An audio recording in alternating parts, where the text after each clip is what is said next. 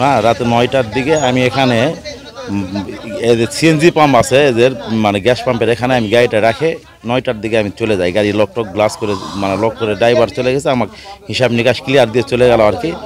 আমরা বাসা যাই বরাবরের মতো, প্রতিনিয়ত আমরা এইভাবেই মানে থাকি বা চলি। আজকে সকালবেলা আমি 9টার দিকে আসছি, গাড়ি টিপে যাবে, আমি আসি বলতেছি যে গাড়ি কোথায়, ড্রাইভার বলতেছি গাড়ি কোথায়, ড্রাইভার বলতেছে যে আমি তো জানি না ভাই, গাড়ি তো ওখানে রাখা আছে। আমি মনে করলাম যে পাম্পেই রাখা আছে। আমার অশোক নিলেন টাস্কা 16 অশোক নিলেন ট্রাক। তো আমাদের এই তারপর আমি হেল্পারকে বললাম আমার গাড়িটা কোথায়, তো হেল্পার বললো যে আমি তো জানি না। আসে দেখি গাড়ি নাই। তখন তো আমি একটু মানে অন্যরকম বিয়ে হলো। আমি পাম্পে জিজ্ঞাসা করলাম যে ভাই আমার গাড়ি এখানে রাখছিলাম, গাড়ি তো নাই, কেউ গাড়ি নিয়ে গেছে, আপনি দেখছেন? কোনো আমরা এরকম দেখিনি। আপনাদের সিসি ক্যামেরার একটু ফুটেজটা আমাকে একটু দেখান। তো আমাদের সিসি ক্যামেরার ফুটেজ নষ্ট দেখানো হবে না, আমাদের মনিটর নাই, এরা নাই, মানে এদের কোনো গুরুত্ব বা কোনো পদক্ষেপ নাই। তারপর আমার ড্রাইভাররা মিলে সবাই মিলে পাম্পের এখানে অবরোধ করে দিল। আমি তো গাড়ির জন্য আমি বিভিন্ন জায়গায় ছুটাছুটি করতেছি, থানায় অভিযোগ দিলাম। জয়ে থানায় অভিযোগ দেওয়ার পর বর্তমানের প্রেক্ষাপট আমি গাড়ি তারপর আমাকে দেখালো, ফুটেজ দেখালো 3:42 মিনিট আর কি আমার গাড়িটা এখান থেকে মানে যে কে বা কারা আর কি মানে চুরি হয়ে গেছে। আমি চাচ্ছি যে আসলে পাম্প থেকে একটা গাড়ি চুরি হয়ে গেল, এখানে কোনো মানে তাদের কোনো ভূমিকা নাই। এটা কি অরাজকতা, কোন দেশের মানে আমি বাস করি? এরকম মানে আমার সঠিক একটা মানে কি করবে, ব্যবস্থা করতে হবে না? এই কর্মসূচি ওই মানে কি পদক্ষেপ নেবে তারপর চলাবো।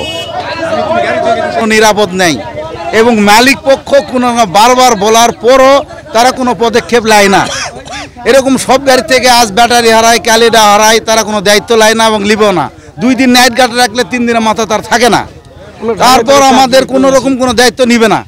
তাহলে আমাদের এখন যদি তাই পাম্পের যদি নিতে না পারে, আমাদের গাড়ি তো পাম্প ছাড়া তো আমরা নিরাপদ আমাদের জায়গা নাই, যদি সে না নিতে পারে তাহলে আমাদের সরকারিভাবে অনুমোদন দেওয়া হোক সমবায় পাম্পের অনুমোদন দেওয়া, সমবায় পাম্প কর্ম এবং আমাদের টার্মিনালের যে জায়গাটা আছে বাজারে আমাদের ক্লিয়ারকে দিয়ে দেওয়া হোক। আজকে আমাদের গাড়ি হারে গেছে 20 লক্ষ টাকা দামের গাড়ি, সিসি ক্যামেরাটাও পর্যন্ত তারা হলো নষ্ট করে রাখছে। এখন বলেছে গাড়ি থাকতে 4 দিন পর ঢাকায় থেকে আসে গাড়ি থাকবো কেমন করে? আমরা বর্তমানে ছেলে পেলে সব গাড়ি প্রোডাকশন দিয়ে রাখছে, গাড়িটাকে বাড়াবে তারপর পাম্প খুলে দেওয়া গাড়ি আমরা সরে নিয়ে চলে যাবো। এটা আক্কেলপুর ফিলিং স্টেশন কবিরাজ আমাদের আক্কেলপুর তেলের পাম্পে আমরা গাড়ি নিয়ে আসে 2 দিন পর পরে আসে, আমরা 20,000-19,000 টাকা তেল তুলি, আমাকে বলে গাড়ি পাহারা দেওয়া লাগবে। 4 দিন পর ঢাকায় থেকে আসে, আমরা বউ বাচ্চার কাছে যাবো না গাড়ি পাহারা দেবো। এখন ওর কথা গাড়ি তুলে থো না তুলে তো না থো আমাদের ডিস্ট্রিক্টটা।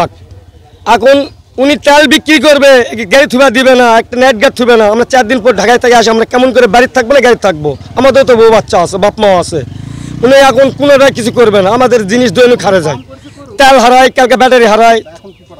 এখন আমাদের গাড়িতে আমরা রাস্তা পাম্প বন্ধকে থুইছি, মুন্ডি গোবরেজ আমাদের সুস্থ বিচার করে দিবে, গাড়ির কি ব্যবস্থা করবে, এই ব্যবস্থা করার পর আমরা পাম্প খুলে দেবো, না হলে এই ভবন থাকবে আমাদের।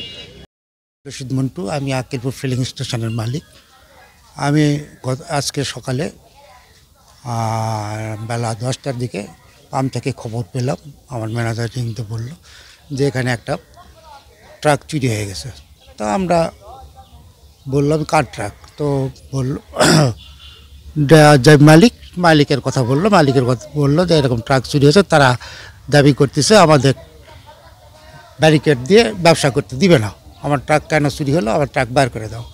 তো এটা আমরা যখন ট্রাক রাখে তারা সবাইকে বলা আছে যে তারা নিজ দায়িত্বে ট্রাক রাখবে এবং তারা নিজ দায়িত্বেই নিয়ে যাবে। এটার ব্যাপারে আমার কোনো দায়িত্ব নেই, ট্রাক তাদের নিজের আয়ত্তে রাখবে, নিজের আয়ত্তেই নিয়ে যাবে। তো এখানে আমার প্রশ্ন, আমার তাহলে দোষটা কী?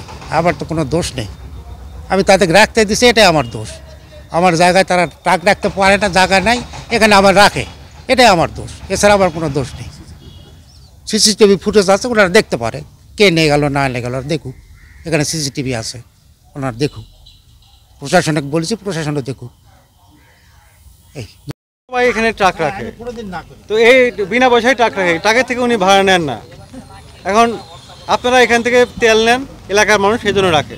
এখন যেহেতু মিসিং হচ্ছে, গার্ডের সমস্যা হচ্ছে, আপনাদের ড্রাইভার তো রাতের গার্ড থাকে না, তারা রেস্টে যায়, সারাদিন ড্রাইভ করে গাড়িটা এখানে অরক্ষিতভাবে লক করে চলে যায়।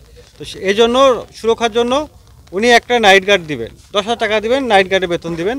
আর আপনাদের একটা মানে যারা ট্রাক রাখেন, প্রপার্টি রাখেন, তারা একটা দিবেন। এবং এই দুটো নাইট গার্ডের পরিচালনা করবে হচ্ছে এই যারা গাড়ি রাখেন, প্রপার্টি রাখেন। কারণ তার প্রপার্টি এই নাইট গার্ডকে কীভাবে রাখবে, কোথায় রাখবে, তারা নির্ভর করবে। কারণ আমি আবার ওনাকে দায়িত্ব দিতে চাই না কেন, আর হারালে আবার ওনাকে ধরবেন, আবার এইভাবে বন্ধ করে দিবেন, দরকার নাই। এই দায়িত্বটা আপনি নেন, আর আপনি দুটো সিসি ক্যামেরা রাস্তায় দিবেন, ঠিক আছে? এবং মনিটর লাগাবেন, না দুটো লাগাবেন, ঠিক আছে? তাহলে সবাই খুশি? আর ওইটা আমরা চেষ্টা করছি, ওইটা আমরা দেখছি, ওইটা এখন ওনাকে নিয়ে বসবো। তো আপাতত এটা সমাধান হয়ে গেল, আপনারা যে যা ট্রাক পার্ক করে ফেলেন।